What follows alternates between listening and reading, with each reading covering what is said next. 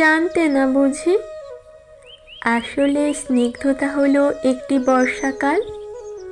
কেউ বলেনি তোমাকে? সে এমনই বর্ষাকাল যে নিজের ইচ্ছে মতো সারা বছর ভেসে বেড়াতে পারে, ভেসে বেড়ায় আকাশে। আজ এখানে বৃষ্টি হলো খানিক, তো কাল ওখানে বাদলা, সেই সঙ্গে থেকে থেকেই ঝোড়ো হাওয়া আর ঘূর্ণি বাতাস তো আছেই।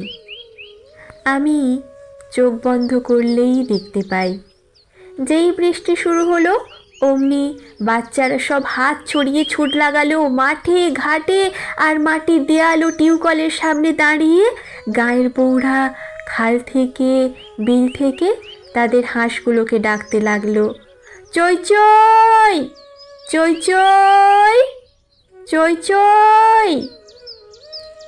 আজ থেকে প্রায় 1 শতাব্দী আগের বাংলায় তোমার এক বাল্য সখী তোমাকে চই চই বলে ডাকতো আর খ্যাপাতো। তোমার মনে পড়ছে কি? আজ এই জন্মে তুমি শীতের দেশের হাঁস, কোন সরোবর থেকে কোথায় কোন সরোবরে সাঁতার কাটতে যাও, সমুদ্রের পর সমুদ্র পেরিয়ে উড়ে চলো কত দূর দূর সব দেশে।